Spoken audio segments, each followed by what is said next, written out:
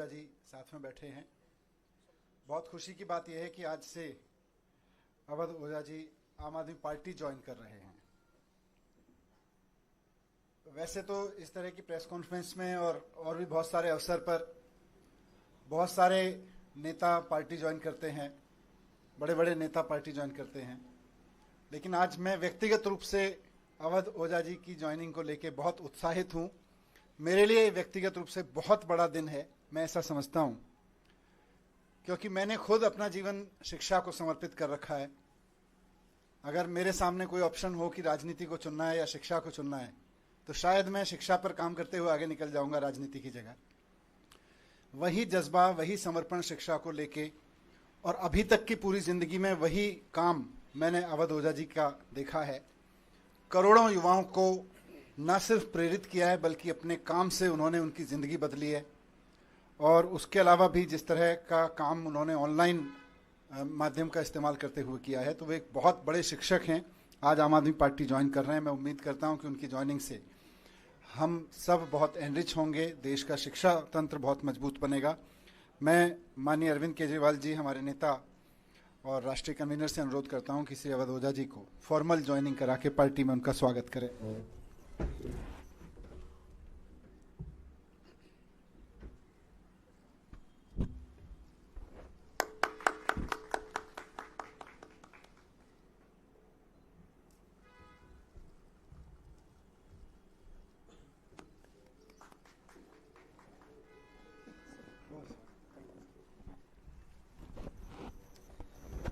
मैं अब सर से अनुरोध करूंगा कि 2 शब्द इस अवसर पर कहें।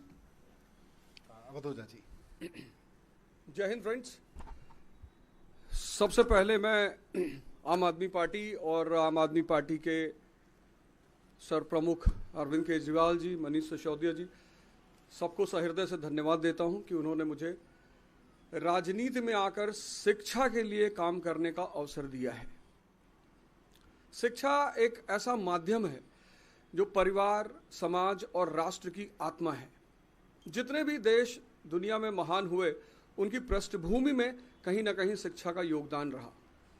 तो मैं आज अपनी इस राजनीतिक पारी की शुरुआत पर आप सबसे ये बात साझा करना चाहता हूँ, जैसा कि हमारे नेता मनीष सिसोदिया जी ने कहा कि अगर मुझे राजनीति और शिक्षा में से कुछ चुनना हो तो मैं निश्चित तौर पर शिक्षा को चुनूंगा।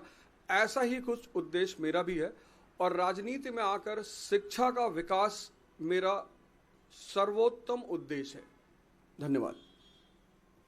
मैं श्री अरविंद केजरीवाल जी से अनुरोध करूंगा कि वो इस अवसर पर अपने विचार व्यक्त करें। अवध ओझा जी शिक्षा के क्षेत्र में इस देश का जाना माना नाम है, जिन्होंने लाखों करोड़ों युवाओं को, बच्चों को शिक्षा दी, रोजगार के लिए तैयार किया, प्रेरणा दी। न केवल शिक्षा, मैं इनके वीडियो देखता हूँ जिसमें वो अलग अलग तरह से युवाओं को एक अच्छा जीवन जीने के लिए भी प्रेरणा देते हैं।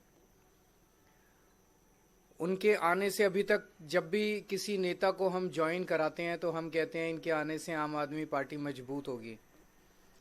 आज अवध ओझा जी के लिए मैं कहना चाहता हूं कि इनके आने से देश में शिक्षा मजबूत होगी, क्योंकि आम आदमी पार्टी शिक्षा के क्षेत्र में सबसे ज़्यादा काम कर रही है।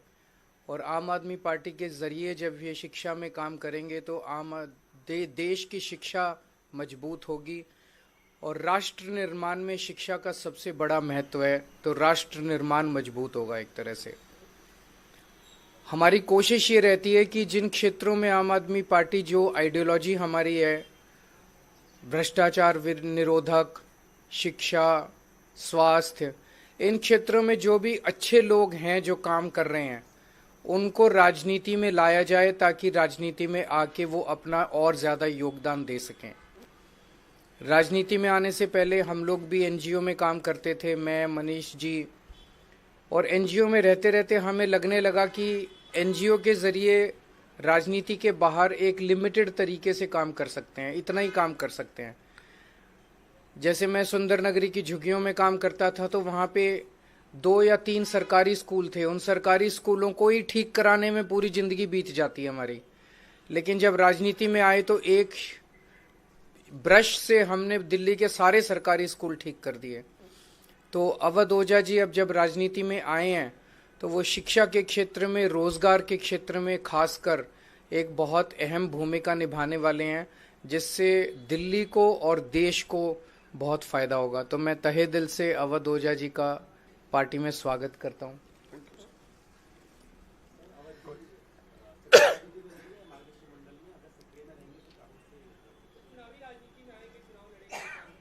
अब तो मैं पार्टी का हिस्सा हूं, तो पार्टी जो भी आदेश करेगी मैं वही करूंगा।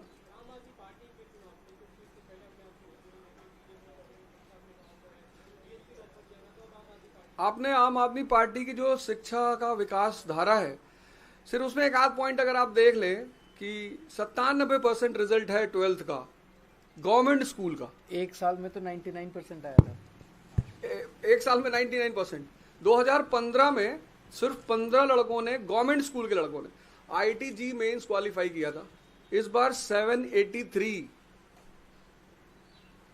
और मेरा यही कहना है, मैं तो हमेशा ये नारा देता हूं कि शिक्षा शेरनी का दूध है, जो पिएगा वो दहाड़ेगा।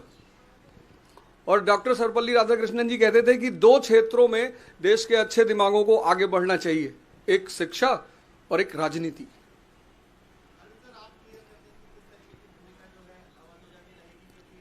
थोड़ा सा सस्पेंस बना रहने दीजिए। आने वाले दिनों में रोल आउट करेंगे, आपको बता देंगे, सबसे पहले आप ही को बताएंगे। Thank you. Thank you. Thank you.